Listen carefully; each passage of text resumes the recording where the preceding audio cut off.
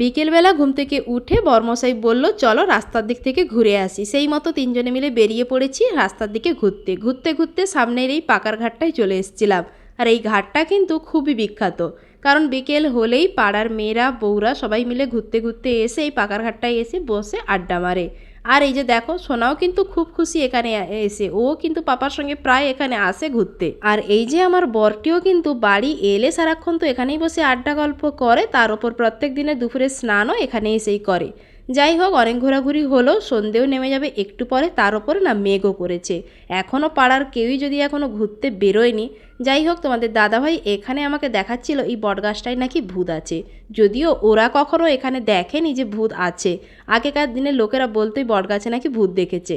যাই হোক, দেখো গ্রামের চারপাশটা কত সুন্দর সবুজে ঘেরা, আর রাস্তাটা দেখো একেবারে খারাপ হয়ে গেছে। বিকেলবেলা ঘোরাঘুরি করে এখন সন্ধেবেলা চা আর পাঁপড় ভাজা নিয়ে বসে গেছি খাওয়া দাওয়া করতে।